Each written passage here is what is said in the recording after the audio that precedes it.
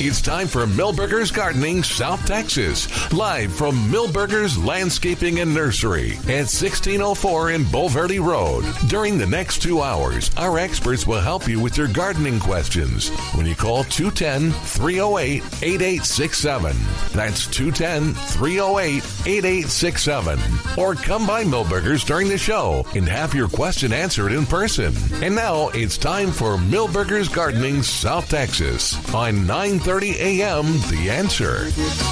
And welcome back to Milberger's, or welcome to Milberger's Gardening South Texas, right here at Milberger's Landscaping and Nursery at 1604 on Bulverde Road, where it's an absolutely gorgeous day, no breeze, nice and sunny, and lots of color and lots of people, which is great.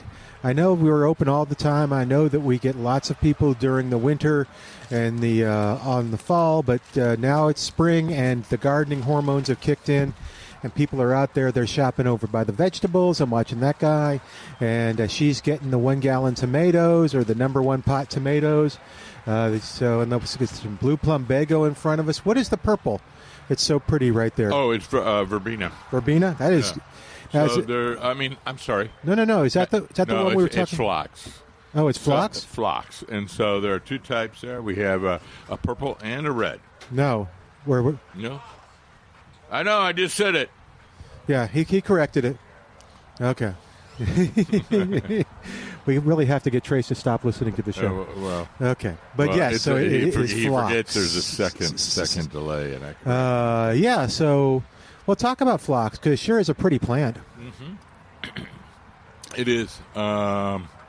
It is. You see what I'm talking about? The purple? One version is actually a superstar, the John Fanick phlox. Yeah, but that's not. Yeah, and that's not it. That's not. No.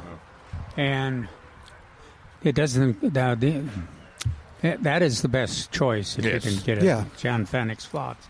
That's a wonderful choice, and then it had some problems, and then so we haven't seen it in a while, have we?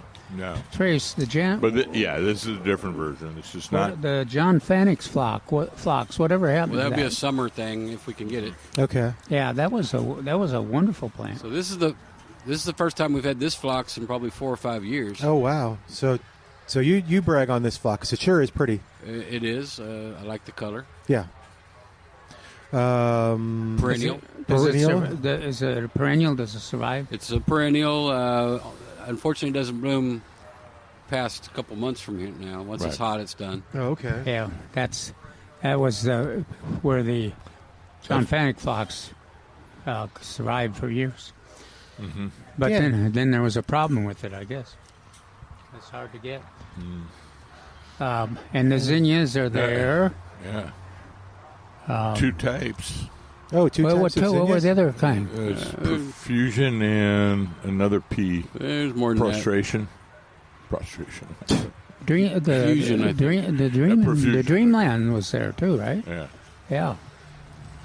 Yeah. The what is the little guy down by you that the sunburst flower on it? Do you see the one I'm talking about? Right underneath Mark. It was there. I saw when I plugged it. Oh, somebody bought it? I don't doubt it, because it sure was pretty. I bet you those phlox will sell, too, because those are gorgeous. It used to be a really common plant until 4 or 5 years ago. Oh, okay. And we found some, so we brought it in. Good deal. What else do we have here? Calvin mentioned the zinnias. There's so many new things, I can't remember them all. So our biggest houseplant order ever. Right. Yeah, ever. Just showed up on Monday, and she finally got it all priced and put out yesterday. Okay. So there was that much stuff. Wow. So the greenhouse is full. Yay. We got our first load of tropical stuff from Florida. Oh. So we got our hibiscus and good assortment, patio trees, some of the braids. Some of the what? Braided hibiscus, where they take a couple colors and they braid them like hair. Okay. And so one little patio tree might have 3 colors of blooms. I saw looks like you got maybe more bougainvillea hanging baskets? Yes. Or is that the same number as? Well, Yeah. those were long gone, and these are all new. Okay, and they're gorgeous. And I have a batch coming from Florida this next week. Okay. And then I believe it's a week later that they ship the bougainvillea patio trees. Oh, and the those big were so cool. trellises. Oh, we got right in front of us a blue plumbago, and then I saw some Yeah. white plumbago someplace here close. Was that right just in front, Trace? I know it's here. I just couldn't tell you where they stuck it. Yeah, I think it Yeah, was just... and the only thing that's probably keeping the blue plumbago from moving to where you got to do it every few minutes to switch them out is that there's only a couple of them blooming. When would they start blooming again? That's up to God. Okay, but gosh, when they're blooming, you couldn't even take them off the Soon. rack. Yeah, Mine at home never. The ones in the front yard never skipped a beat. They're blooming right now. yeah, they. Really? The ones in the backyard took a beating because they were Yeah. subjected more to the cold. Mine took a beating, and they don't have foliage right now. So that's my backyard. My front yard, right up against the house, and so the extra heat from the house kept them warm enough. Huh. Yeah. So Yeah, but whatever happened to them in the winter, they generally come back looking good. How are It the, doesn't take them long. I should have walked out there, but how are the bluebonnet transplants doing? Well, we sold out, Oh, good. Okay. and then we got 100 more flats. Oh my goodness. Okay, still the blue or the ladybird or They are not ladybird. They they're are just the blue. traditional. Cool. That's okay. There you go. The state flower. You know what else looks good is those strawberries over there. I picked my first strawberry. Did you? It looks a little. It's itty bitty. Did you taste it? Yeah. No, it had to ripen on the windowsill. Oh, So, but it was when we were about to get. Why did I pick it off? I can't remember. But there was some reason. Probably it was getting cold or windy. That Oh, I there think so. was a couple of days where it was yeah, but cooler. that wouldn't affect the strawberry. I just saw it and wanted to do it. Yeah, I think that was it. I would have left it. I out. can. You know, I we're can bring going it to have. tomorrow. We can all share it. We're going to get a 42 degree. Yes, this 42 week. degrees. When is that? I didn't see Wednesday. Wednesday, Thursday. that. I'm having to verify that because Well, I saw it this morning. yeah, on the newspaper. 44 I can see. Yeah, I see tonight low 44, No, not yeah. Not and then tomorrow night low 42. It says. I don't like yours, Milton. Okay, that's fine. I got a Monday and a newspaper. I got Monday. Dang it. I now found one that says 40. Oofta. And it's been tough on potted up tomatoes. And Yeah, Yeah, but if they're potted Well. up, you could just pick them up, move them in. Right. that's why that's why we if did that they whole thing with are Calvin. obeying or adhering to our suggestions, do not put them in the ground before March 15th. They should be in a pot and easy to move. and that, unless you got 80 or like you do here, 400 here Well, yeah. at the nursery. I think you're underestimating that number. Yeah, I am. You are. Yeah. I mean, I even maybe, underestimated the well, no, that was maybe double that. And Yes, sir. it gets to be one time is pretty easy to do. When you have to do it more than once, it gets kind of old. Moving them in and out. But that's Tell me about it. Yeah, they've I got have a lot more to do than anybody. Let's see. What else do we have? Roses. How's the roses looking? So we've got a pretty good selection of Knockout and Drift. Oh, good. That's right. In fact, Drift is on sale. I think Knockout's on sale too. I believe so. And the hybrid roses, Yes. theoretically, are going to show up this week. Okay. You said the good. second week in March, and that would be the second week in March, so it'd be right on time. I've heard rumors of the 10th, but I'm not going to hold my breath till Friday. Oh. And that would be just in time for the Anniversary sale. Thank you. Glad you picked that up. Tell us about the anniversary sale. Yeah, it's an annual thing. We're celebrating 47 years. We've been around a long time. Yeah, and there are big savings. I'm not going to spoil the surprise, so you'll go and check it out on the paper or go to millburgernursery.com to see everything that's on sale. When does it officially start? On Wednesday? Wednesday morning. Yeah. So, get that get the paper, or if you get it and check it out. Is it the ad come out Wednesday? It does. Okay, good. Yeah, that's always a good sale. Always fun stuff. Always unique stuff. And then a wide variety, too. It's got one error, and the announcement has one error in the program. Butterfly program says it's the 17th, and it's the 15th, I believe. Yeah, what's that? Yours is on the... This one this year is on the... Yeah, it's next 15th. Saturday. Yeah, next Saturday the 15th. But the paper says the 17th. What? In the sale page. Paper is never wrong. Is he right? You got it right there. Yeah. No, that's different. That article is right. Oh, this article is correct. It's the one with the commercial. I mean, the sale prices, right there. Oh, okay, this one. Oh, the other one was the 17th. Your last one was the 17th. It just got mixed up. But you can anyway. It's on Saturday. You can come on Monday too and do it. And it's a full. Yeah, but people can still come and learn, right?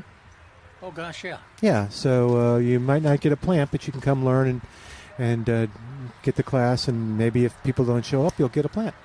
So let's see. Any new veggies? Anything coming in veggie-wise? So we got some really hot peppers. Oh, good, yeah. Every kind of hot pepper, I think. Somebody was asking about that last week. We got in, I don't know if it's still out there, but we got some squash in. And a few of the other... What kind of squash? Cucumbits. Is that how you say that? Cucumbit? What? Are there cucumbits? Is a cucumber a cucumbit? It's a class, I'm sure. Okay, makes sense. Do we have cucumbers yet? No. Too early? Not available. Not available, but okay. I bet you that will change in the next 7 to 10 days. Okay. The seeds are available, aren't they? Oh, yeah, in the thing. They're easy to grow from seed, too. I had a very long discussion with a customer this past week, and so I think he's going to be the source. Who? I can't remember his name. I remember what he looks like. Fred. I can't remember his name. It was just Fred, remember? Sure. Okay. And he has Crawford lettuce in abundance, and he's going to harvest seeds. Yay! Now, what's happening here? I don't know. I know. I had to have mine increased. So is it too loud or too soft? There is a distinct possibility he's going to bring us the seeds. Yay! And I will give them to the growing operation, who will in turn sprout them and sell them back to me. Okay. We do have Crawford lettuce. We should grow them here. We have it Are we right there. competing then? We are not a grower. Okay. I'll let you handle that part of the business. Okay. Thanks. All right. 210-308-8867. Did you say what kind of squash? I don't remember. Okay. The yellow kind? Anything else coming in now that it's getting kind of warm, even despite the 42 nights? So the perennial selection is getting better. Yeah. It's never great until we get to probably April, but things like Blackfoot Daisy are coming in on Tuesday, which we don't have it now. Oh, okay. Tuesday. So the selection is going to be getting better and better on the perennials every week. Okay. What about your pentas? Did you plant your pentas out in the thing? Or was that going to be next year? I got to wait till, this sounds funny, Milton, till I order too many. Oh. And once I order too many of something, then that's what gets planted outside. So gotcha. It inevitably will be pentas. Okay. Yes, sir? I was going to say there's Mexican firebush right behind there is. Trace here. Oh. That is the, there might be one regular one in there, but that's the compact variety. Oh, that's very nice. That is a fantastic hummingbird. Now mine has broken the rules. Oh. So mine was about 5 feet tall. Yeah, that's what I said. Okay. Before it froze down from this last winter, but that was the dwarf? That's the compact, yeah. Oh, the compact? I guess it liked it where it was at. How was the bloom? It's just like these. The bloom is not quite as orange, but it's still pretty. The bloom's smaller, too? It's the same size, just a off color. Yeah. Mine froze back finally too, but it's the standard size in a container. Every year it comes back. Mm-hmm. It's a great plant. Slow to start in the spring. Yes. So that one, the Esperanza and the Pride of Barbados, they're a little bit slower. Got to be hot. I got a couple of large Pride of Barbados in, which is not normal. Normally I can find sticks this time of year. Right. But I found some 15-gallon. Ooh. So I was impressed they had foliage. That's not on sale. Why do I seem to think that? That's an awfully big pot. Oh, okay. And there's only 5 of them. Oh, speaking of which, if you drive near here, or I went walking around the nursery, you've got red buds that people can get. They're not on sale; they're for sale, but you see them blooming. I was going to say, and how did you identify them? They're blooming. They're blooming. They're gorgeous. That's right. Spring is here. The red buds are blooming. I saw Peter on top of the stepping stones, on top of the world. What's Texas? Texas mountain laurel is blooming too. Yeah. Oh, is it cool? Mine's not yet. No. Not yet. I can see the tassels. A few in your area. Yeah. They always seem to bloom in your area. Yeah. Wish they were on sale. Well, that just means they're out of bloom in his area sooner than the rest of us. Yeah, that's true. Trace. Well, see. Wish they were on sale. I think the 5-gallon might be Milton. Regularly $49.99, on sale for $38.88. So you can have your own mountain laurels. What I was disappointed in fact, when I walked the dogs this morning, I stopped at every one looking for the did you? Kool-Aid like fragrance, and I didn't smell it. Yeah, that's weird. I wonder why. I don't know. Just to get going a little bit. It could be the first thing in the morning, or maybe you just don't smell so good anymore. Yeah, I don't think you do smell so good. Or maybe you don't suppose it's because I'm an old person, dude, that I can't smell anymore. No, but can't be. But that's cool. Yeah, I love mountain laurels. They're great, and although people will criticize me for this, I like them because they only have the short bloom period. It makes them more special to me. And people will tell me, "Do you know how hard we try to get things to bloom throughout the year? We don't want things to bloom once." Yeah, I don't know whoever creates those. Now 12 months of color. I was so disappointed in the city. I don't remember how long ago it was, but when they redid the airport entrance, long time, they had a huge white one. Yes, I was going to say they had a number of really interesting plants at the entrance, which are no longer there. Well, speaking of interesting plants, have we heard anything about porterweed? We have not. Because but I think I got Greg's Mist in. Oh, did you? Yes. Well, I know I ordered it. Okay. We don't know that. You want to check during the break? Let's take a quick break and see, because that's a new Texas superstar. Let me look around. Maybe 3 weeks, we'll start seeing some monarchs, probably. Hopefully, we'll have some. There's big interest in butterfly weed already. Yeah. Oh, really? Okay. Yeah. Well, we'll talk about that. Don't in a have sec. any other than that one giant white one. But. Okay. Gosh, all over the social network. Yeah. So it was in the newspaper. I want to say yesterday. Butterflies down 22%. Oh, really? And it has the experts in a tizzy. Except the fact that the wintering ground, the territory covered by wintering monarchs, was up by 100%. And so, how they measure the amount, they don't count the butterflies there. They just count the number of acres of the forest area that are covered with the monarchs. So it went way up. So the monarchs continue to keep us in unknown territory, depending on where you are. Yeah, out in California, the population was devastated. Yes, sir. One of two things. Yes, sir. So either it didn't show up, or I sold it all. Oh, okay. And both are possible. Okay. So, but it'll come, and if you were interested in it, you can call 210-497-3760 and put your name on the wish list, and they'll call you when it comes in, right? What is it? This is the mist. No.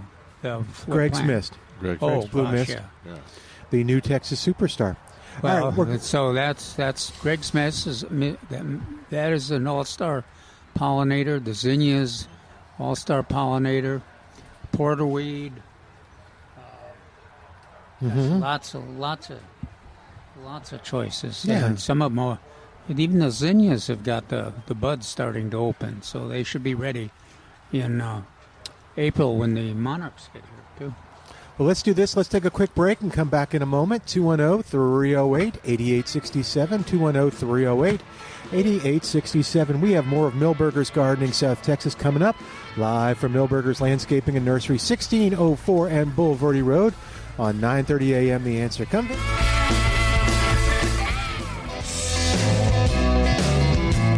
And welcome back to Milberger's Gardening South Texas on 9:30 a.m.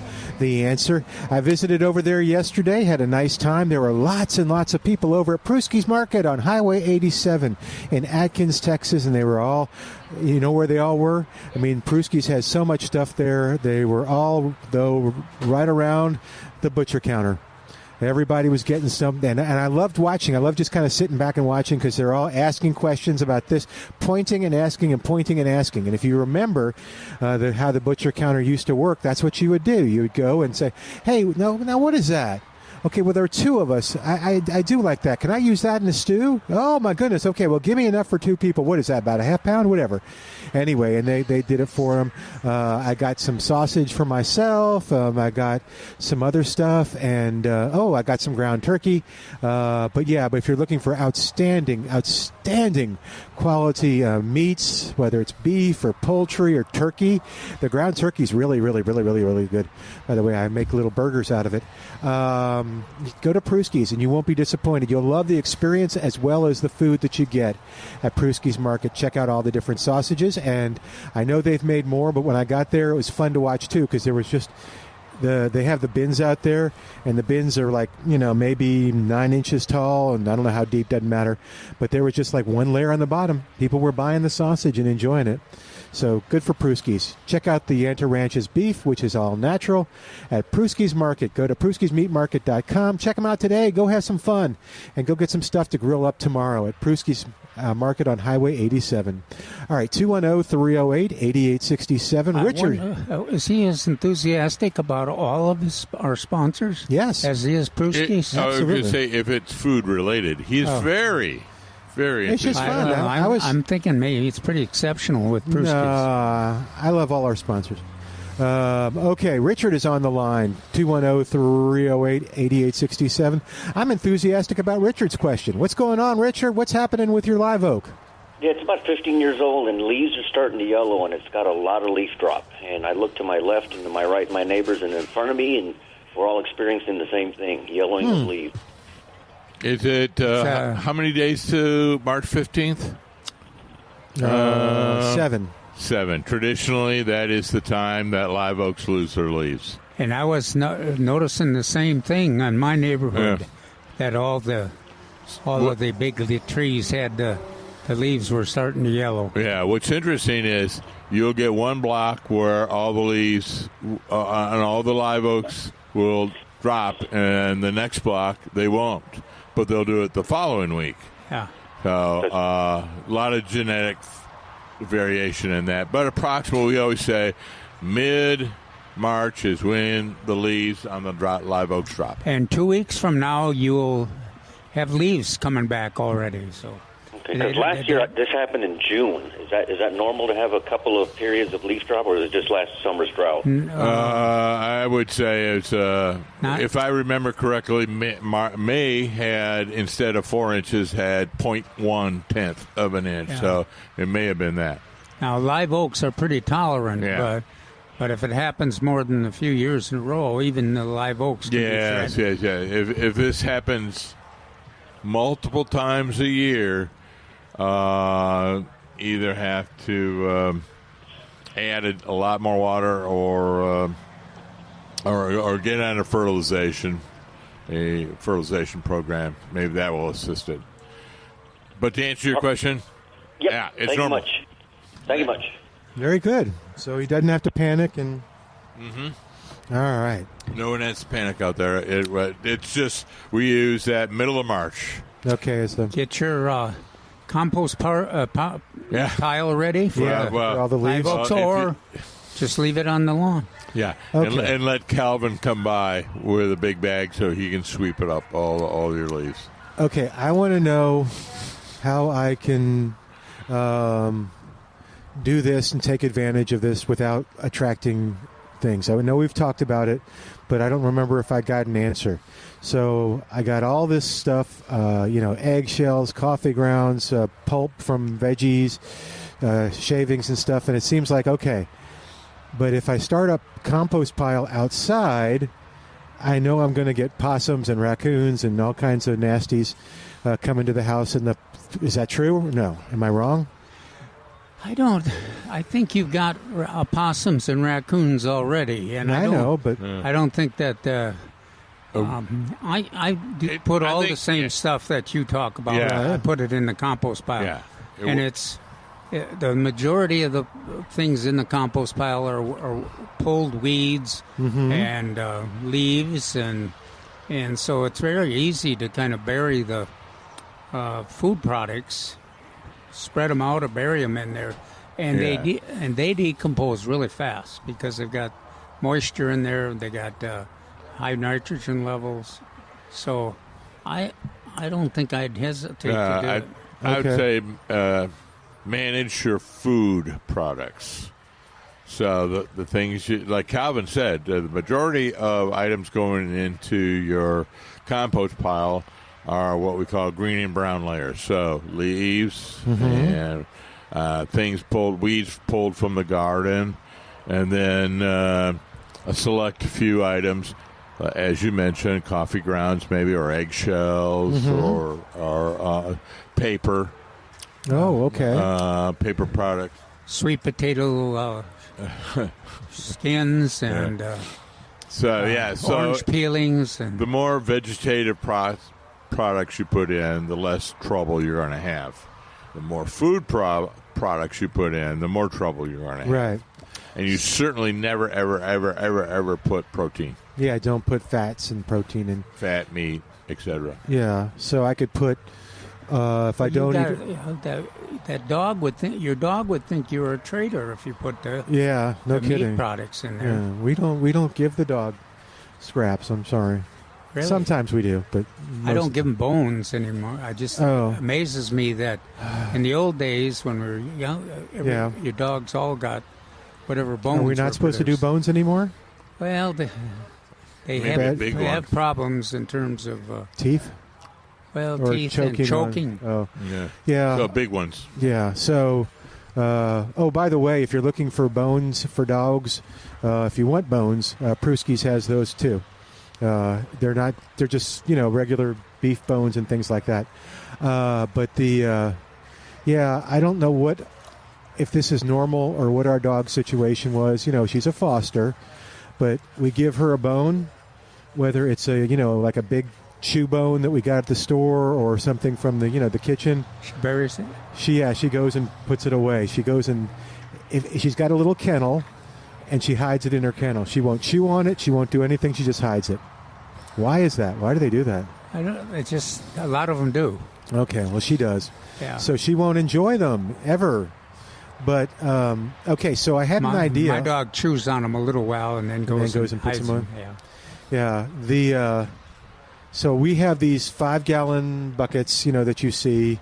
People plant stuff in them. Yeah. I was thinking of maybe using that as a mini compost thing. Can I do that? Yeah.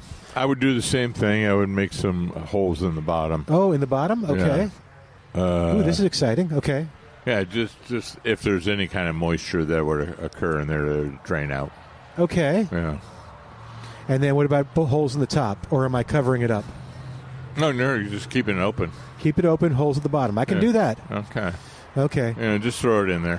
What about just as a square, and then you put the leaves and everything in there, right. and you put the... See, that's what I would still do. What's a square? A three-sided panel. A hog panel or something a little bit smaller. And just on the soil. You're just right on top of the soil. That's your compost bin. Oh, and you're just letting it decay. in that 3-sided cage. How long will it take before I get anything? Do you need to, before I get any? Well, so it depends on temperature and moisture. All right. That's what speeds or decreases the decomposition process. Well, and the amount of brown versus green material. Right. In the old days, we used to say half and half. Mm-hmm. Now I know I generally say 60% green and 40% brown, and then it decomposes real fast. So if you're not getting the decomposition you would like, you add a little fertilizer to get more nitrogen in, the green part. Okay. But will I know? I mean, is it really obvious when it's done? Or because I'm adding things every day too, right? Yeah.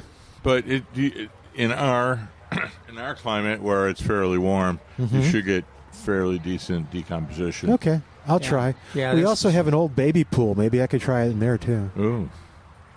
What's that? You mean like, what is it, about Old 8 inches tall? and huge and just round and stuff. So. Except... Okay. I'm just like Calvin. It's like, why don't you just make this 3-sided bin? Where do I get the bin? You can make it. Where do I get hog panels?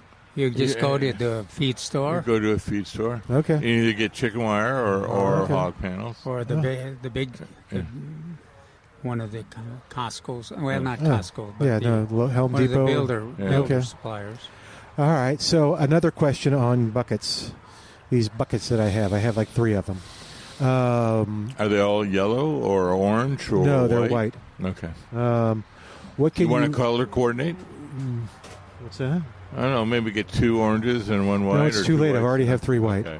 What can I plant in them? That might be a vegetable or something. What would like a bucket? Well, your petunias that you have. But I can't eat those. I'm trying to go for edible. Any kind of the cole crops that we've been talking about. The Brussels sprouts. Not Brussels sprouts so much, but the broccoli.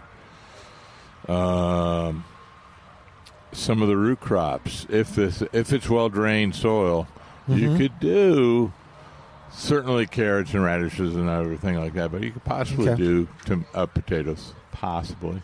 Oh, okay. Generally, we think of bigger containers or raised beds for those. Okay, so tomatoes it's too small for a tomato? Yeah. That's bigger. Technically the smallest we say, but it's difficult to grow them because most of the tomatoes are top heavy. Okay. And you don't have much of a soil reservoir, so you'd have to water it every single day. Oh, okay. So a 5-gallon bucket is tough to grow things in, except for small plants. Okay. Yeah, usually we're looking at what size is the half whiskey barrel? Is that? Oh gosh. I don't know. I'll look 30 gallons. 30? Oh, yeah, my that's gosh. what I'm thinking. I think the minimum size for growing tomatoes is 20, number 20. So, but preferably that 35 or so with the half whiskey gallon. You know what would work? I believe 20 to 25 gallons. In your 5-gallon container of one of the small peppers. Yeah, I was thinking of the peppers too. Yeah, because they're attractive and they're not top heavy. And okay, I've got an idea. You can do your chili patine. No. Okay, can I do my Rio Grande Gold seeds that I have? Sure. Okay, so can I just fill it up with soil, punch holes in the bottom, and try to plant with seeds? You could. Okay. It might be easier to start the seeds in a 4 inch. I would you have the pea pods, right? Yeah. Just start them in that. Start with the pea pods. Okay. Very cool. And then just transplant them. How many? The Rio Grande Gold actually gets pretty big. I was going to say how many? 1 plant per 5-gallon container. Okay. Yeah. All right. That's going to be fun. All right, 210-308-8867. 210-308-8867, the number to call. Yeah, I mean, right now we're just putting all the scraps and stuff in the organic trash can, which does seem to attract both mosquitoes and flies. But that's okay. Yeah, we're helping out to something or other. And did you put all your mulch out? You got like a truckload of mulch. No, I haven't put it out yet. I planted my first of the rose plants this morning. My eye operation got in the way that's of right. my, heavy labor. So I'll be ready soon to start doing it. Okay. I had yes, sir. My article today was about birds in San Antonio area. Oh, I want to spend time on that. Can we we're up against a break. Sure. You hold that because I have a question about that. Back in a moment, 210-308-8867. How can we help you with your gardening issue? You're listening to Milberger's Gardening South Texas. I'm Milton Glueck, Dr. Calvin Finch, Mark Peterson, Trace Hazlett up here, ready to talk gardening with you. You give us a call. Oh, he's got some pretty plants. Back in a moment on 9:30 a.m. The Answer.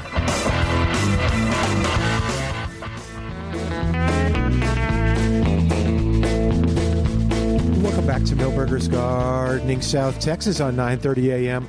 The Answer. By the way, little mistake was made. It's too late to fix it now.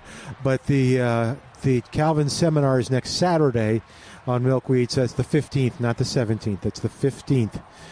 So you want to take note of that. And you can call and get on the list to be a part of it. Or you can just show up at this point now. There are only a certain number of plants, so the people who got there first will get the plants. But you'll learn some more stuff there. So is the time correct? The time should be at 10 to 11:30. Okay. All right. 210-308-8867. 210-308-8867. Calvin, what did you write about today?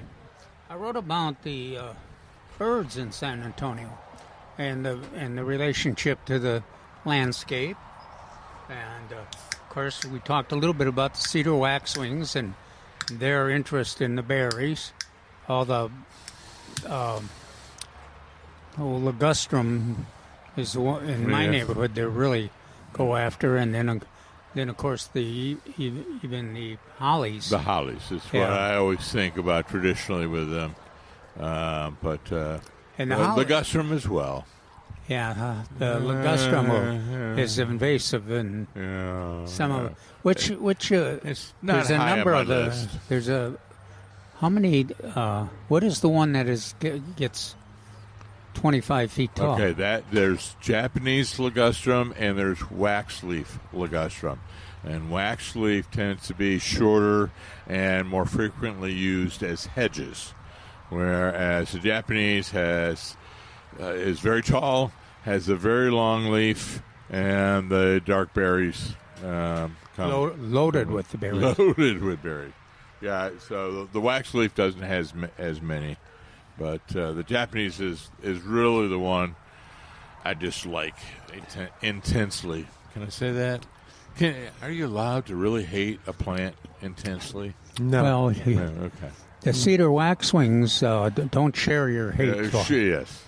But if you got the berries in your landscape, you'll probably get some of the cedar waxwings, or if you got a good water source, because they feed in mass, in big flocks, and when they go to if you got bird baths, they go and they drain the bird baths. They, come down in huge numbers. They come down, they feed in mass and they play in mass in the bird baths. And according to my wife, they made a point to poop on her car every time during this time of the year. What was the color of her car? Was it a red or something? No, it's silver. Oh, silver. So do you think there's a color car that is more popular? That's what I was alluding to, that there may be a color coordination on this. Or maybe just Judy. I don't know. Okay. I think if you got the water and you got the berries and you enjoy the birds, then you're also going to share their excrement with them too. So, but they're pretty. One of the things that I wrote about too was and I was interested in Mark's reaction to the caracaras. Yeah, I was going to say that I really like that portion, and I agree with you. over the last 40-something years that I've lived here is I've seen more and more of them in our area. And that aspect which you wrote about, that they like to hop in a big field, and you'll see them standing in the field, and they'll be hopping around, maybe looking for things to eat. Rather than birds, they like reptiles and things on the ground. They cooperate with the other vultures, too, even in an urban neighborhood like ours. We've got all those deer, and occasionally, more than occasionally, one of the deer will get hit by a car.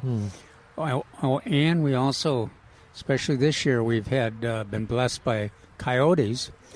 And I don't know that the coyotes actually brought down deer, but when a car hits them, they will share in the meat too. Now, what does bring them down? If you've got large dogs that are loose, you can tell that if you see the deer all running in one direction, you can generally expect to see a dog or two that got loose from somebody in the neighborhood or in an adjacent neighborhood, and is chasing them, and they'll quite often catch an old one or a young one and bring it down, and then you'll have feeding vultures there, and you get the caracaras that join the turkey vultures and the black vultures, and the caracaras I guess are they're the ones that do a lot of the initial tearing apart of the bodies. They have a huge beak. Rip. Yes. It appears maybe their head is a little different or so, but it always appears that the beak is larger than what you would think a normal raptor would have. They're very attractive. The coloring is, bright white and dark black. Much more handsome than the other vultures. But I don't know how many neighborhoods they're breeding in, but they're spread out. It has been an increase in sightings over the years. I hardly ever saw them. Maybe in the Rio Grande Valley, but now I see them up in this area. Well, they're in medical center definitely, and they've raised young most years, and they will generally either roost, and they also nest in the top of your tallest trees in the neighborhood too. So they're quite interesting and they make a lot of noise. They get kind of used to being in charge of the neighborhood and flying around. They get bolder and bolder. So I have two bird things I want to discuss. Sure. One, we'll go back to what we were talking about last week, which was the purple martins. Anything happening with your purple martin house? Yeah. No, I've got a decision to make. In terms of do I just forget trying to attract the martins this year? We had who was it that called us? I forget. Yeah, who had them? But No. He was very successful, and he's had them. He's had the martins for 3 weeks already. Yeah. So I'm thinking that I may just sacrifice this year, not try to attract them. Okay, just see what happens, or. Yeah, well, and just next year maybe target it. You think it's too late? It's getting pretty late. Oh, okay. Well, let's get some purple martin reports. If people will call us with some purple martin reports, that's always helpful. We enjoy that. Yeah, it's a shame, Calvin. I know you enjoy that. So occasionally, but I'm when and our listener confirmed my belief or conclusion that the reason I had lost my purple martins was that my trees are getting so thick, getting larger, and the ground cover. It's getting taller because of the wildflowers. And they like an open area, you know, golf course area, edge of a lake. Lots of open lanes for flying, and also open lanes close to the ground. So if you're going to be successful for them, besides the houses, you want it have an environment like that to attract them. So, and they're not real easy, Milton. You're putting that house up there.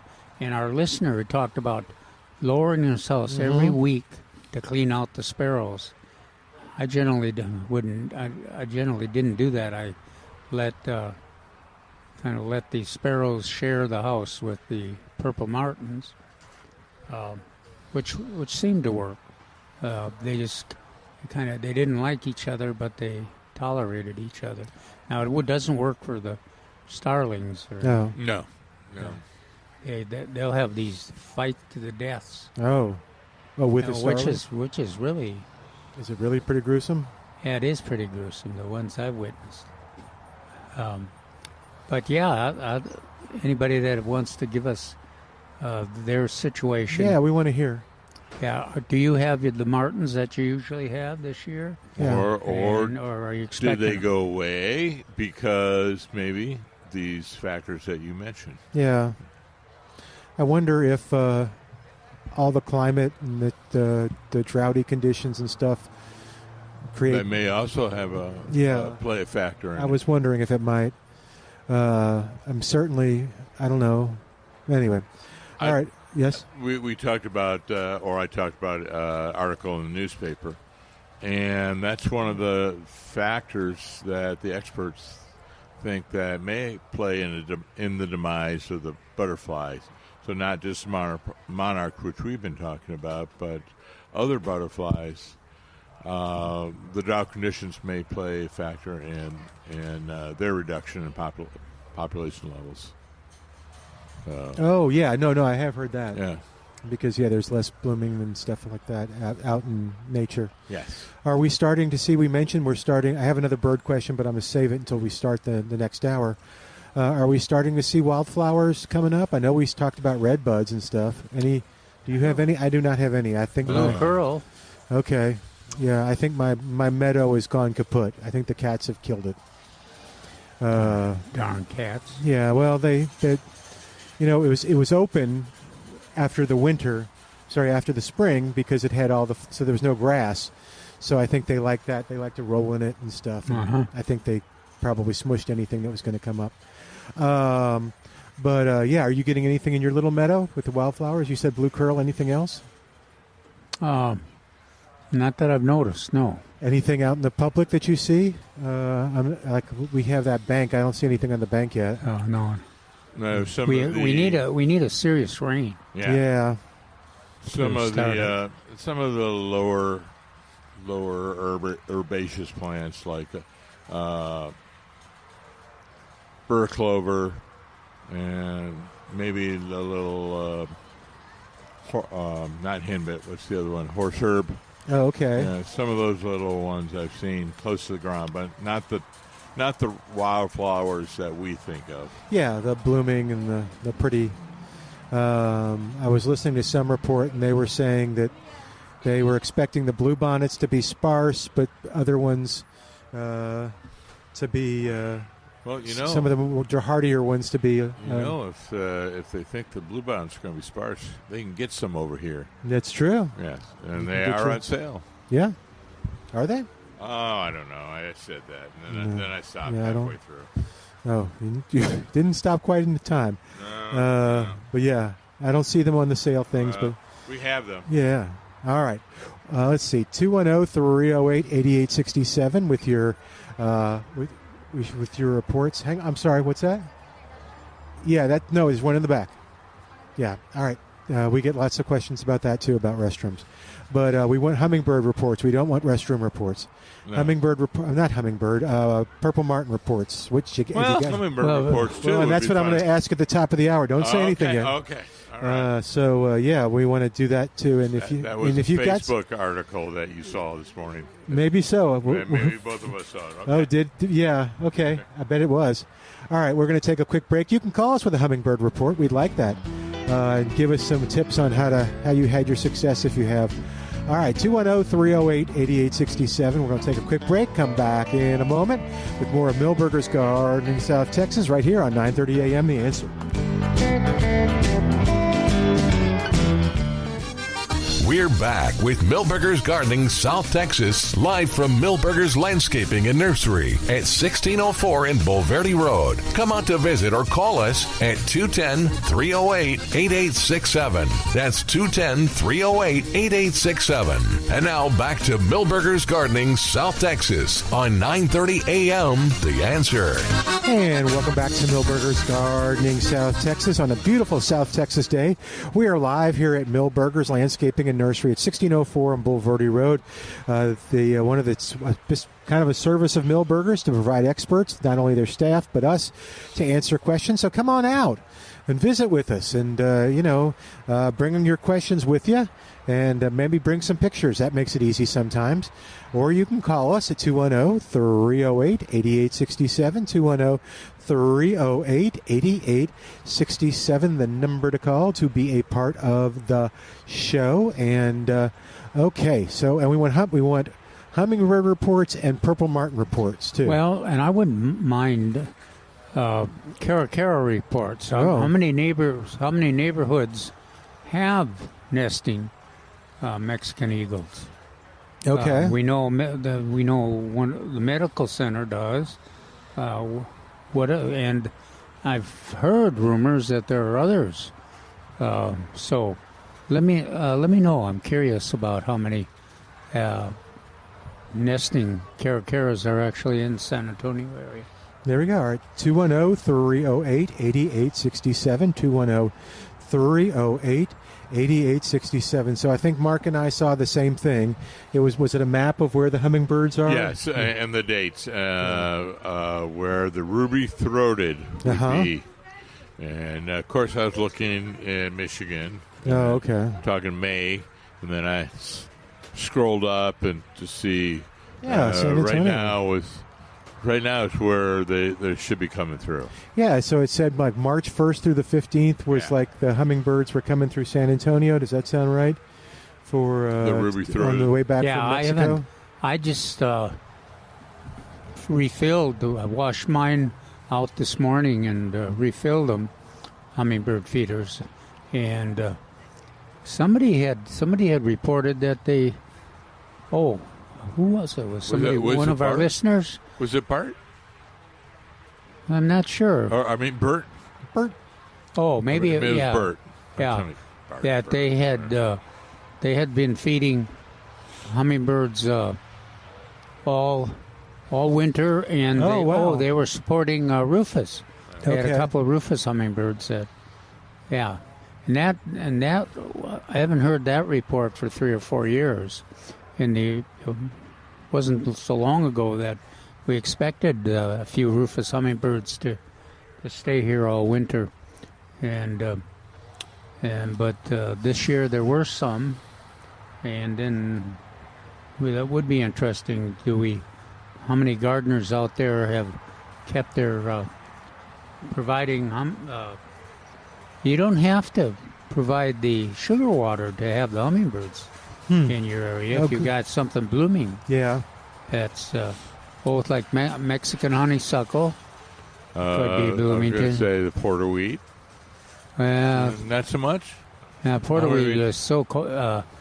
Gets below 40 degrees. It gets pretty flattened. At least my experience. Generally, the rule of thumb. But they love it. You're right. If that's blooming, they'll cone-shaped flowers. Oh, cone-shaped flowers. Okay. So my fire spike that's still blooming, they would like that. Yes. I guess. Yeah. Yes, they would. Yeah. Can they get to it? Yeah. Oh, okay. Gosh, yeah. So we have to keep an eye out. How close can you put the feeders to the house if you do have them? Right. Yeah, that's the thing. Very close. Okay. One of the roof hang the roof hanging over on the edge. Yeah. That's one of the most common places to hang your hummingbird feeder. And they get tame and used to it. Yeah, that's what you'd said. Yeah, in fact, they'll give you heck when you're the feeder's not. How do you protect them from cats?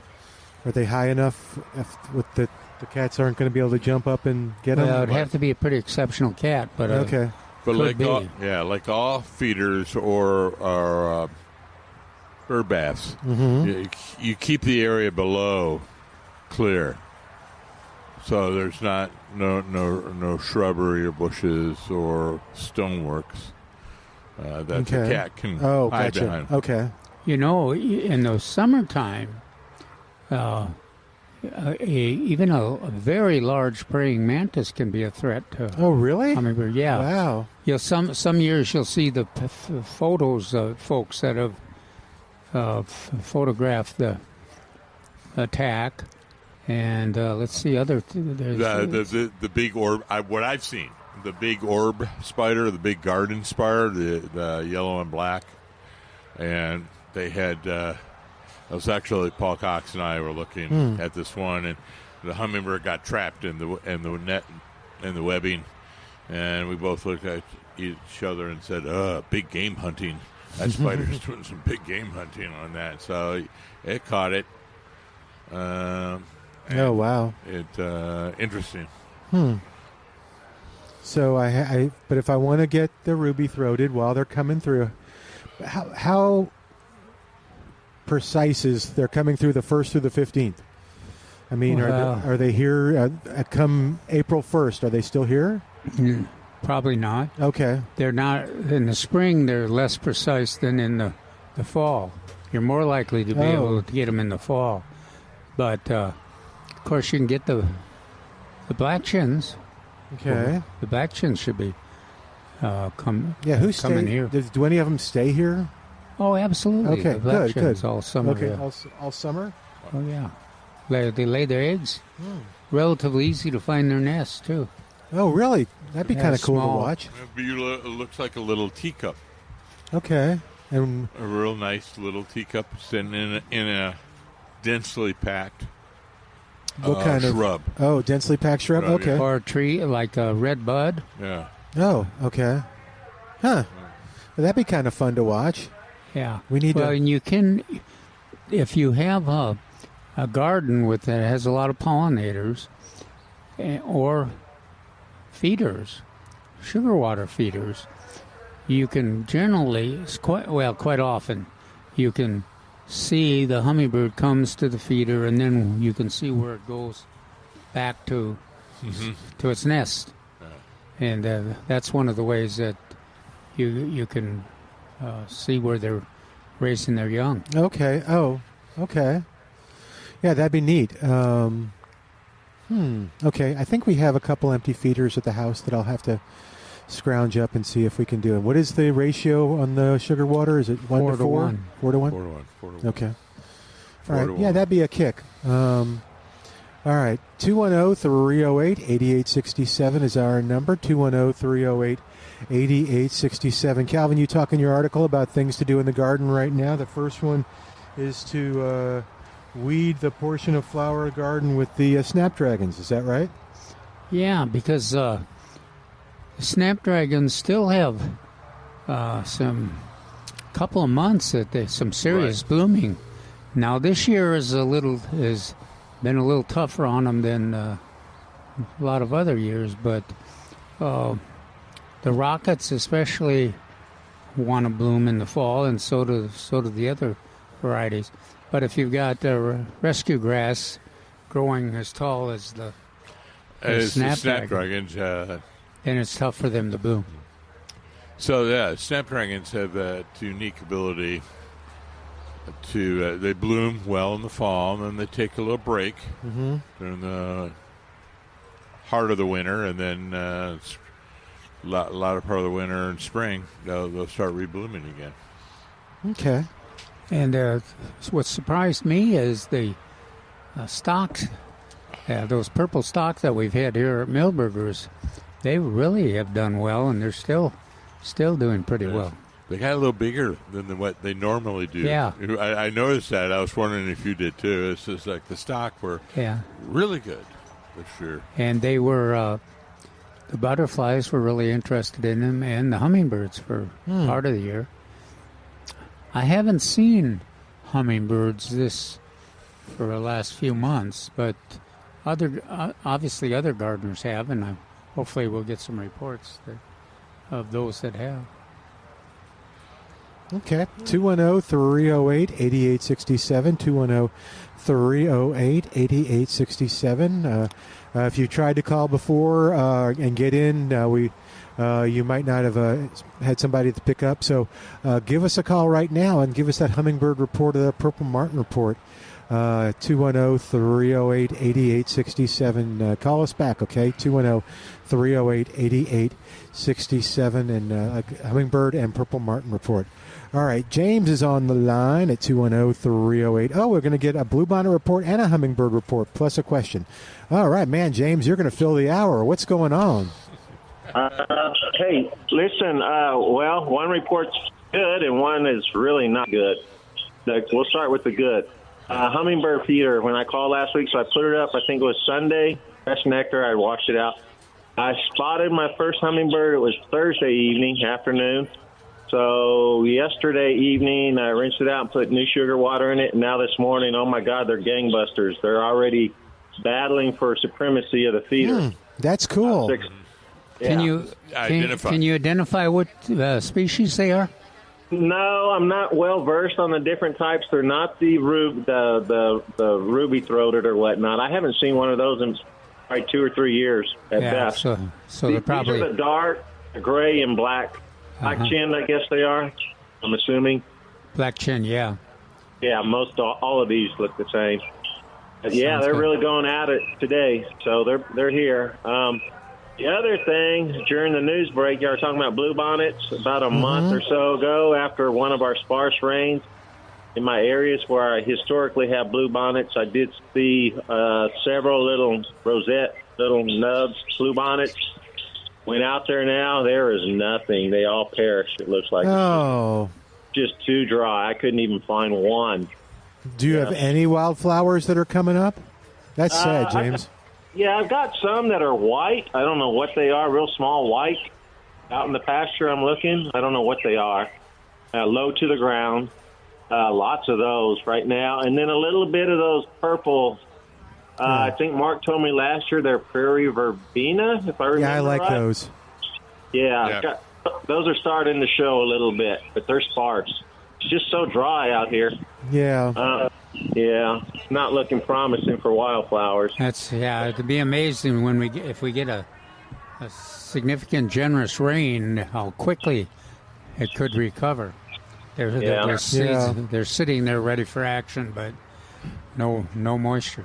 Yeah, I would like to have 2 or 3 days of rain before 9 a.m. and preferably after 6 p.m. Rains every day. Yeah. So 3 days. Does that mean that traces showed up at you after 6 p.m.? Those are the accepted times for rain.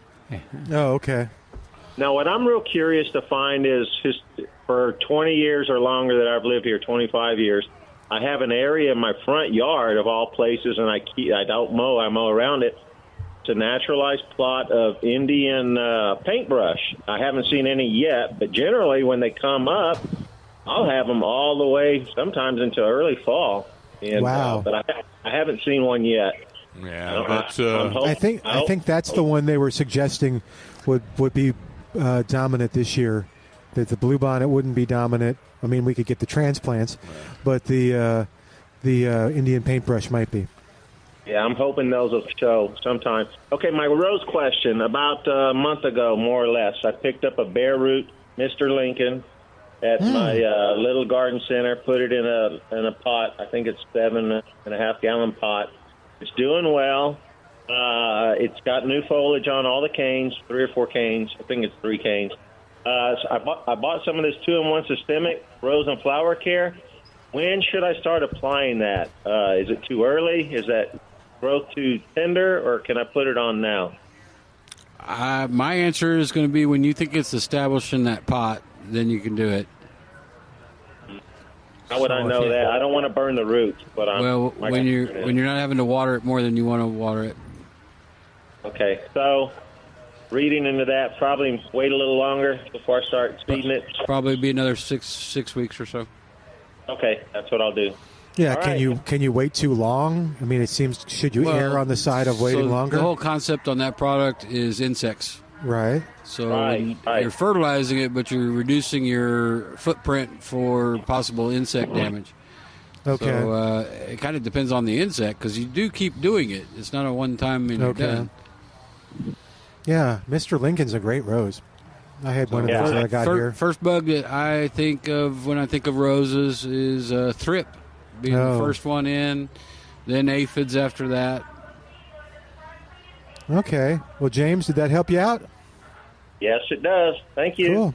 Good talk Thank to you you later, for the man. report on the hummingbird. Yeah. Uh-huh. Oh, yeah, they're out here now.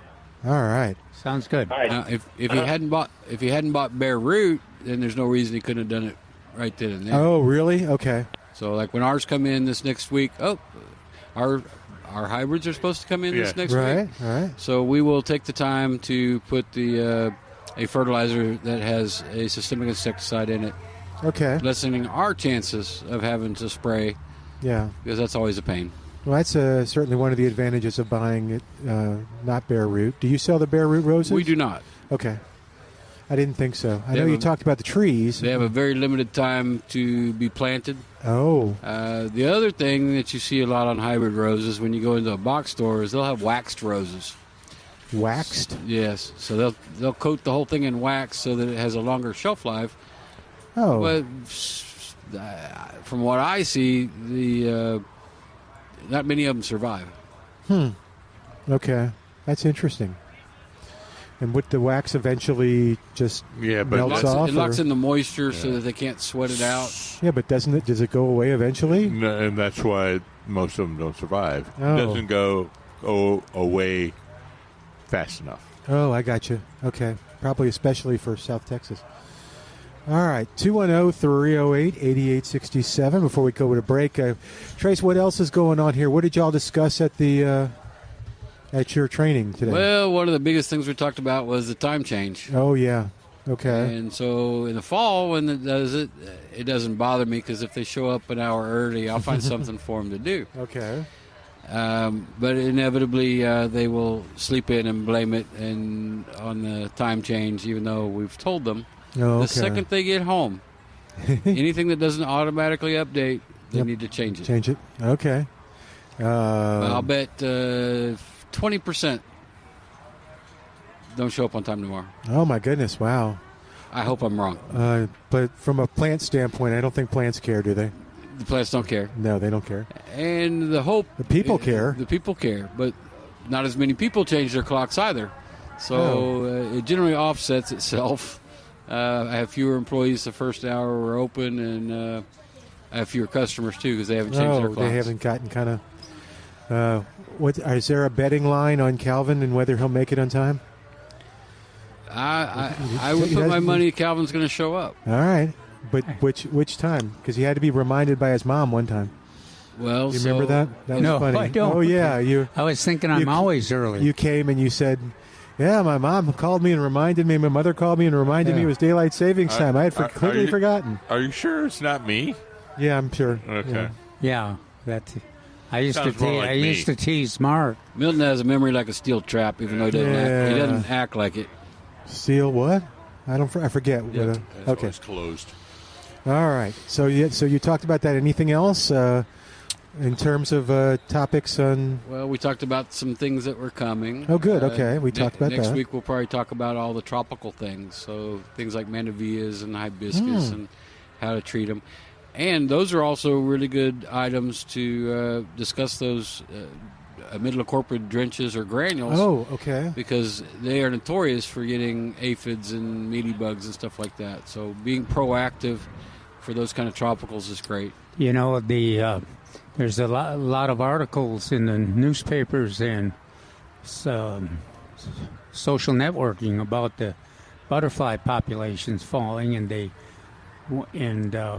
without giving much evidence, quite often they mention those systemic insecticides. Neonicotinoids. So there has been a product out for a year now, and I've got it restocked. It was a problem getting it in the beginning. But it is imidacloprid, and it is labeled for fruit and vegetables. Right. So my thought is it doesn't make it into the flour. If it did, it'd probably make it into the vegetable. And I gave a talk with the San Antonio Men's Garden Club, and I happened to mention that. They were wondering about various pesticides used for their fruit trees. The topic was my favorite fruit trees, and I emphasized at the beginning of the talk Mark's favorite fruit trees. So, but they were wondering about that, and I mentioned that. So last week you had mentioned that, and so I used it. So thank you, Tracy. And, David says it's going to be the new Dicyston. Oh, really? Remember we used to use Dicyston on the tomatoes? Remember we used to use a lot of chemicals. When we first planted them, and it would help protect them while they were young. Yeah. So apparently this one you could just keep on going. And one of the things mentioned, which I find real strange, was the Roundup, the active ingredient of Roundup, and then I always at the end of the article they say they give you a little more information that it's, of course, it's not a direct threat to the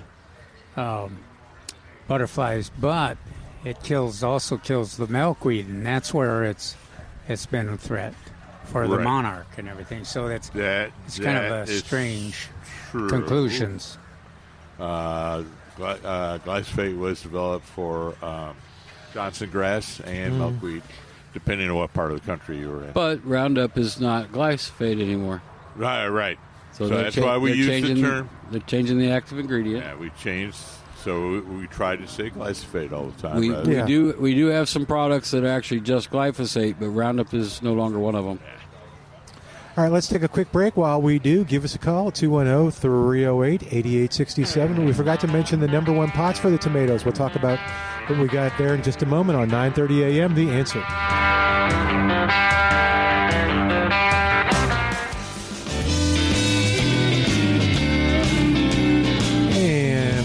Welcome back to Milberger's Gardening, South Texas on 9:30 a.m. The Answer. Our phone number, 210-308-8867. Give us a call with your gardening question. We'll be happy to help you. Or I thought he was going to do this, too. The man there with the wagon was going to come up and show us a picture or something. But, if you've got something you want to show us, we'd come on up and...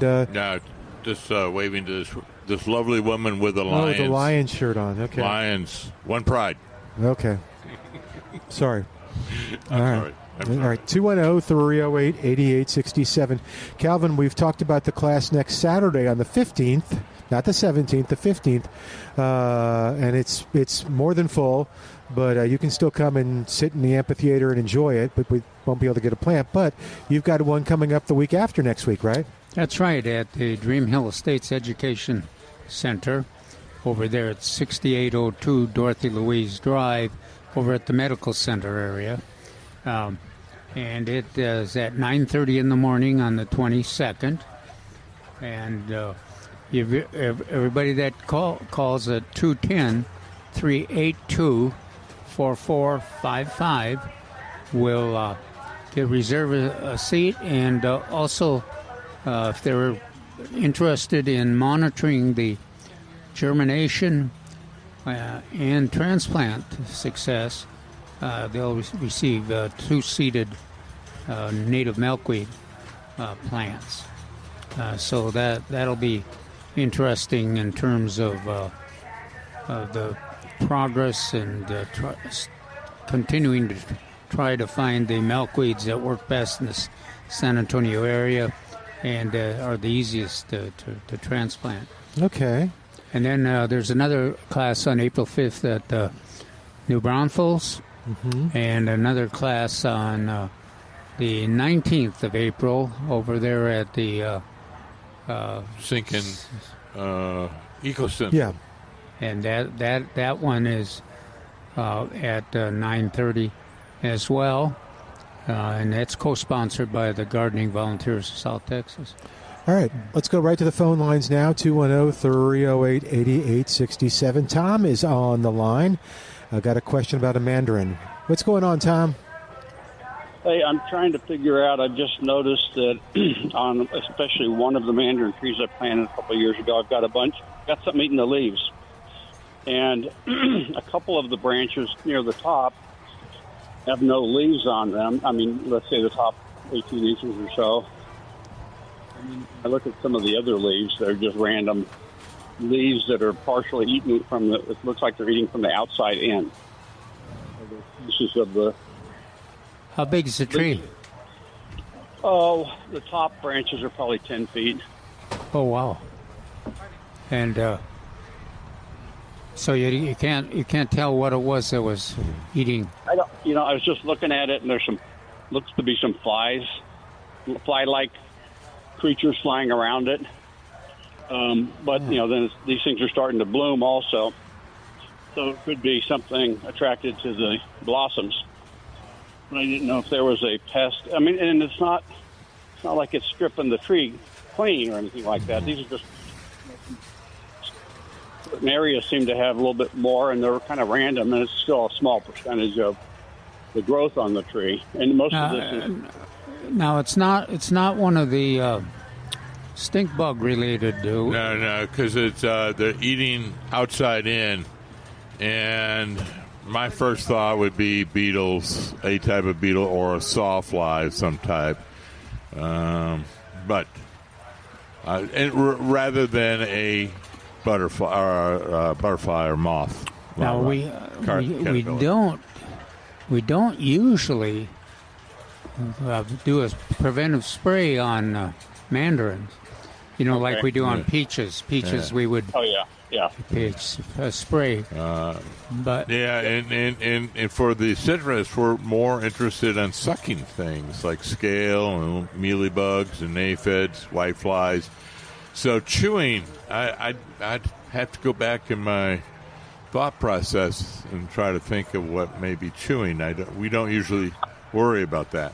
Well, if it's a seasonal thing that's going to pass in another month, it's not going to do enough damage to worry about. Yeah. Now, if it's go ahead. I was just trying to have. I'm looking for a large harvest this year, so I'm just trying to take some aggressive action, maybe if needed. I didn't want to just ignore it, of course. And now, there was a spray. What you might want to do.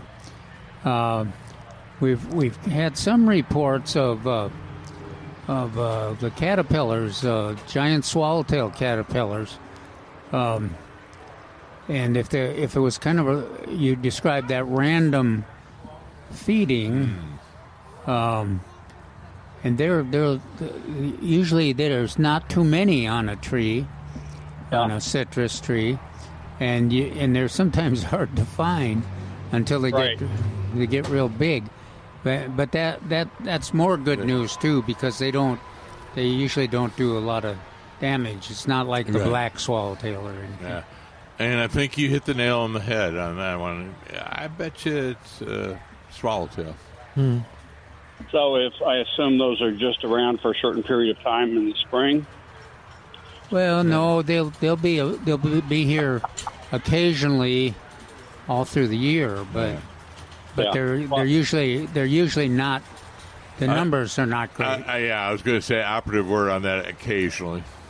Yeah, would it be worth? Is there any purpose in, or, I'm just getting new growth on this particular tree that has the most damage, and again, it's a small percent of the. There's still a lot of leaves and things, of course.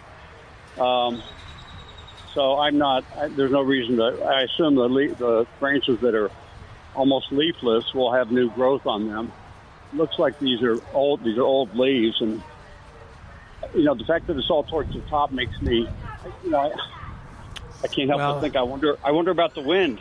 Could the wind have knocked old leaves off from last? We had some strong winds these last couple of days, and this tree happens to be in a place. Well, there's a combination there. You had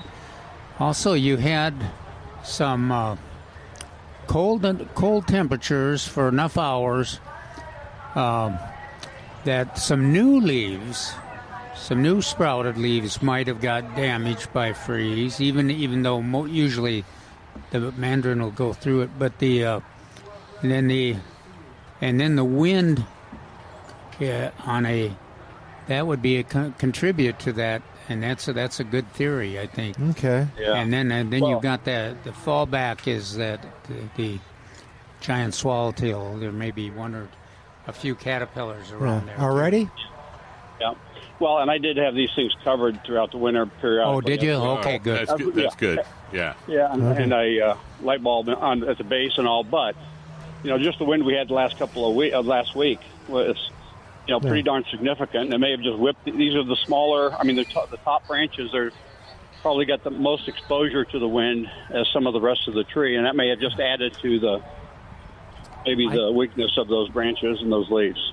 I think that's a pretty good conclusion. Yeah, I like the idea with the covering them, not just for the cold, but for the wind.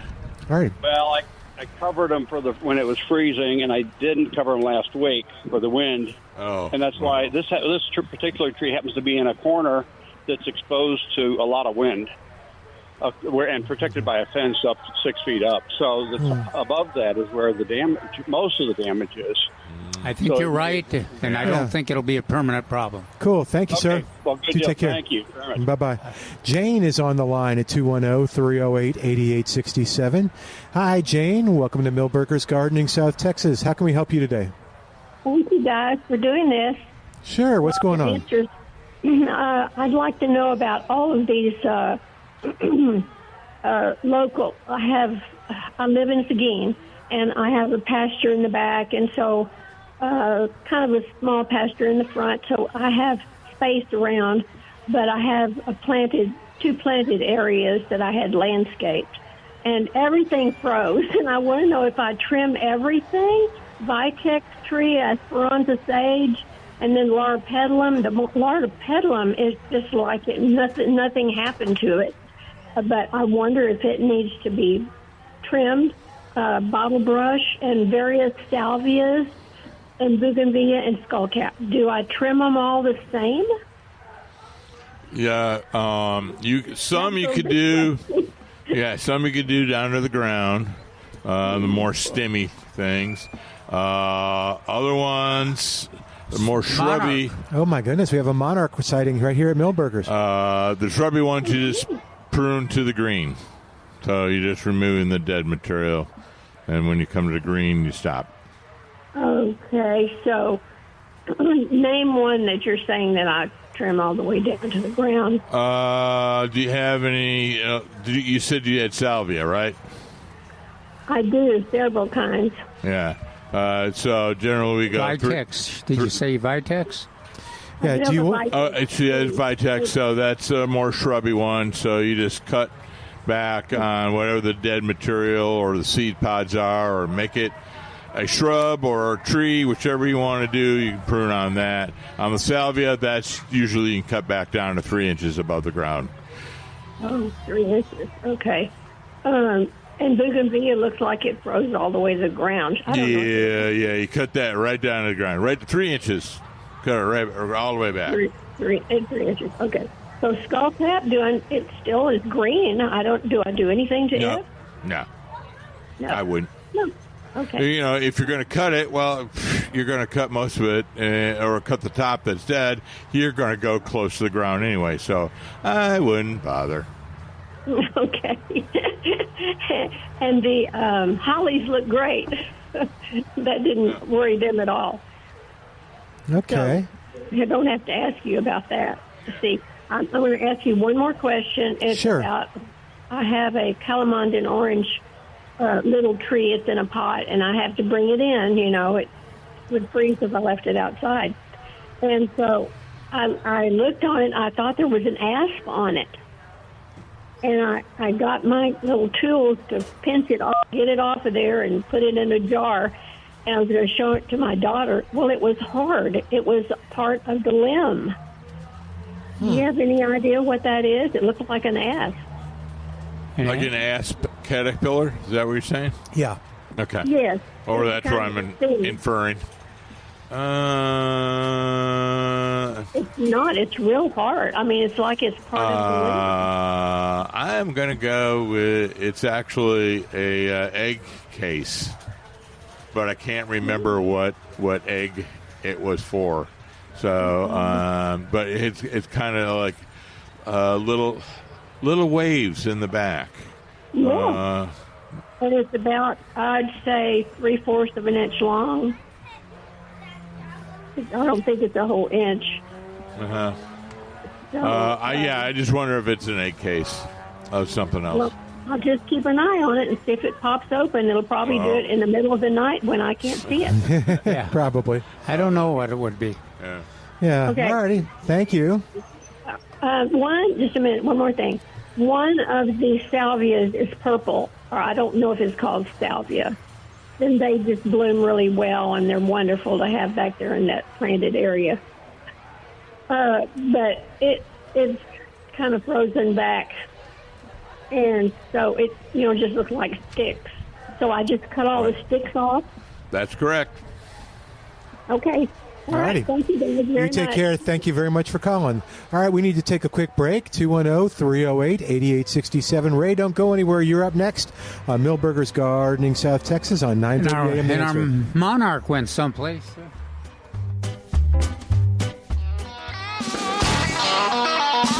Welcome back to Milberger's Gardening, South Texas on 9:30 a.m. The Answer. Our phone number is 210-308-8867. Ray, you've been so patient. Thank you so much. How can we help you? Hi, sir. I just wanted to ask a question, and unfortunately, I believe it's going to be a repeat question. The gentleman before Jane that was on, I got to hear a little bit about the answers. I have some citrus trees, a Mexican lime, a Myers lemon, and an orange tree, and I have them in pots. They're in 20-gallon pots. And there is something eating the leaves. And I think I heard you say that possibly the swallowtail butterfly may be possibly eating those leaves. Giant swallowtail is the one that feeds on citrus. Okay. And there aren't very many. Usually, like if you had a 20-gallon container, you maybe have one caterpillar there, and so the damage is usually not excessive. But okay, they could. Yes, sir. It is producing bulbs, and so I'm sure it'll go to flower here pretty soon on all of them. But I just didn't know whether there's something I should be doing. If there's something I should, I'm hesitant to spray the plants, but I also want to ask you: should I be fertilizing the citrus trees at this time? Yeah, I would. I would fertilize with Osmocote or Miracle Grow. Okay. But Osmocote is easiest, and it's you do it once and it releases over a long period.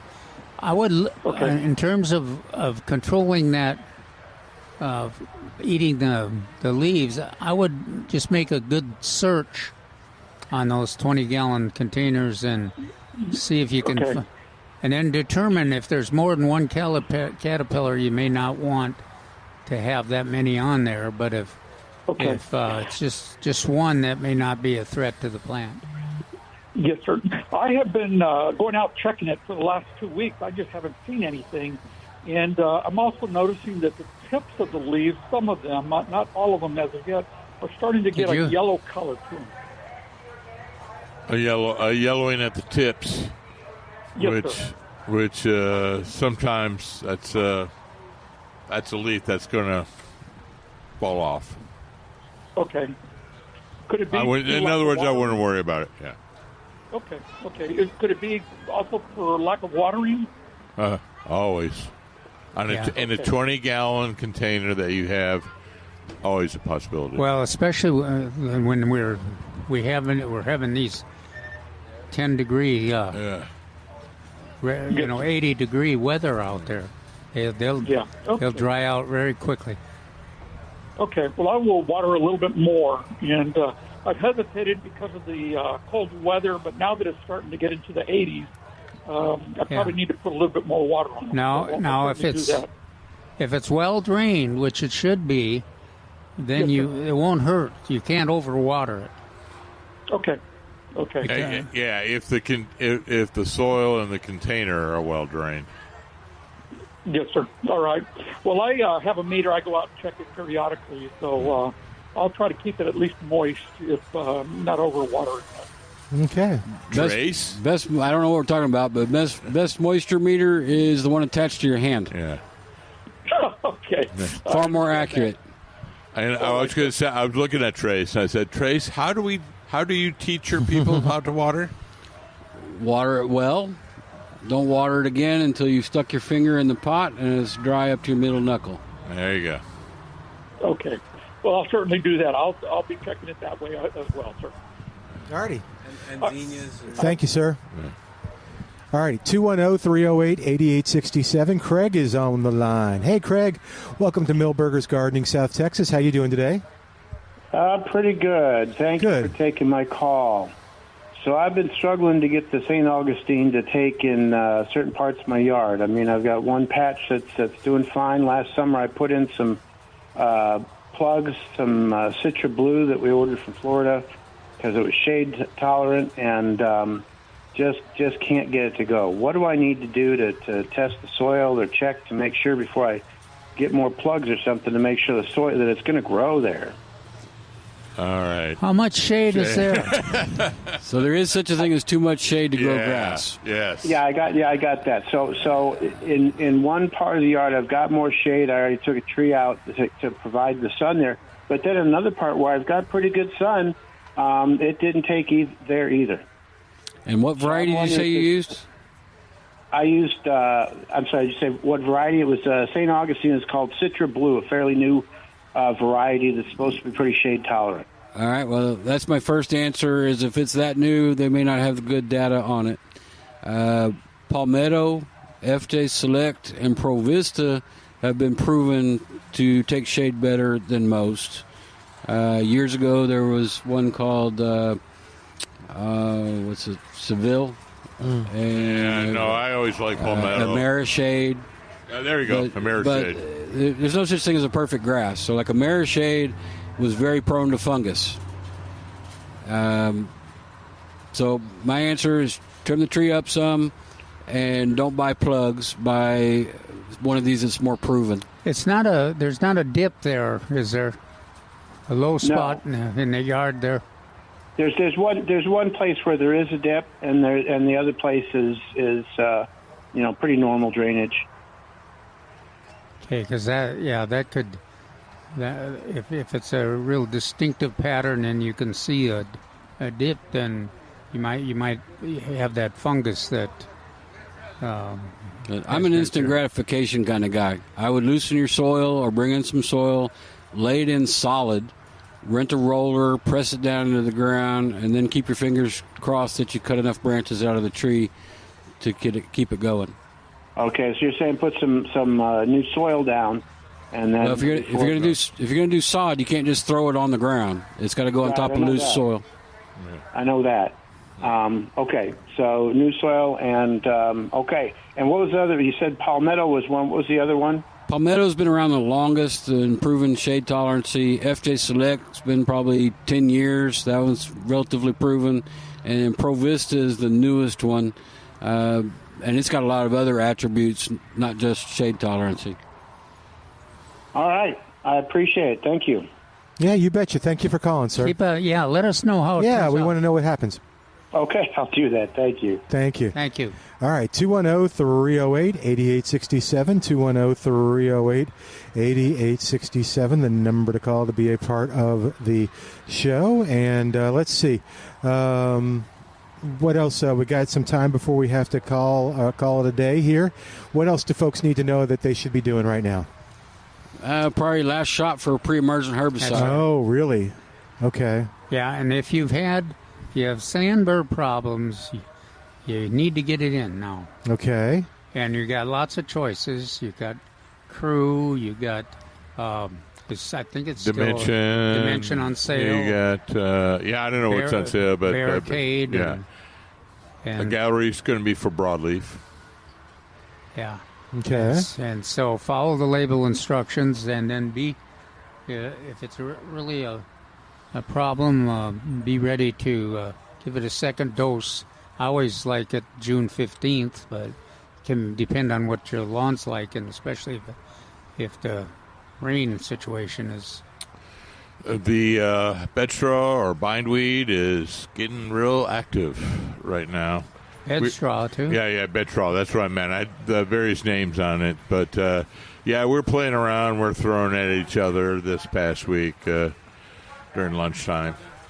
So we're seeing it in a lot of lawns or a lot of beds. So it's take a steel rake. Hen bit you mentioned, too. That's hen bit. Pretty active. That has a little purple flower. Horse herb has the yellow flower. Which is, bed straw is the one you don't like. Yeah, no, it's Velcro weed, sometimes called. Yeah. It's getting real active right now. It's kind of an interesting weed. It's you can't really apply a herbicide when it's close to the perennials or the shrub border. But the good news is that you get a steel rake, and you can pull it. Comes out really easy with a rake, and you can make it into a nice ball. Yeah, and throw it on your sister or wife. Throw it on your compost pile. Yeah. There you go. Decomposes pretty quickly. Yeah, you can fill up. I think we filled up our organic bin last year with the bindweed. Yeah. Okay. Bed straw. It's a lot of it. It's surprising, but it's like you said, it's sort of satisfying because you start raking, and it just all pulls up, and suddenly you're a raking genius. Okay, so that's the last chance. I know we have the which product on the pre-emergent. Are we talking about here? Dimension has got the most flexibility. Okay. Small. You can get small containers and inexpensive proportions. Oh, what is that? Is that your Monarch? Oh, he's okay. Just rounded the corner. And Sorry. Crew. There's another choice. He'll be back. Crew, and that's one that's just a new product that was designed for both broadleaves and for grasses. Yeah, and then the other one was barricade. So look at the label instructions. See which one best meets your needs in terms of your landscape and what you're trying to control. Very cool. And Calvin, real quick, you're going to be here on the 15th, next Saturday. That's right. Doing the presentation on at 10 a.m. milkweed. Yep. And we got a full house in terms of signed up individuals to receive their containers of milkweed. But I recommend that if you're interested, come anyway. At very least, you can participate in the lecture and discussion. And if the past is any history, we usually find a way to give you a couple of containers as long as you're willing to monitor their germination and their transplant success. No promises, but yes, it has worked out in the past. But what if I can't go to that one? Well, then there's another one the next Saturday after that at the Education Resource Center over there on 6802 Dorothy Louise over by Medical Center. And that one's at 9:30 in the morning on Saturday. And same requirements, but we've got room there. We're about half full there, and that's 210-382-4455. One more time. 210-382-4455. And a couple more classes in April 5th in New Braunfels at the Master Gardener headquarters, and also on April 19th at the Sinkin lab at SAC at the college there. Yeah. Co-sponsored by the Gardening Volunteers of South Texas. Okay. All righty, we're going to wrap it up for today. Mark, anything real quick? Or we just... Real quick. Well, your film. Your video, but Our video just dropped this past Friday. First Friday. We'll talk more about that tomorrow, too. But, yeah, go to gardeningvolunteers.org and I bet you can find it. All right, I'm Milton Glueck on behalf of the guys here. Thank you for listening, and thanks for being a part of the show. Thanks to Al for doing a great job getting all the calls. Thanks for all the calls today. Get more tomorrow. Milton Glueck saying goodbye. See you tomorrow on 9:30 a.m. The Answer.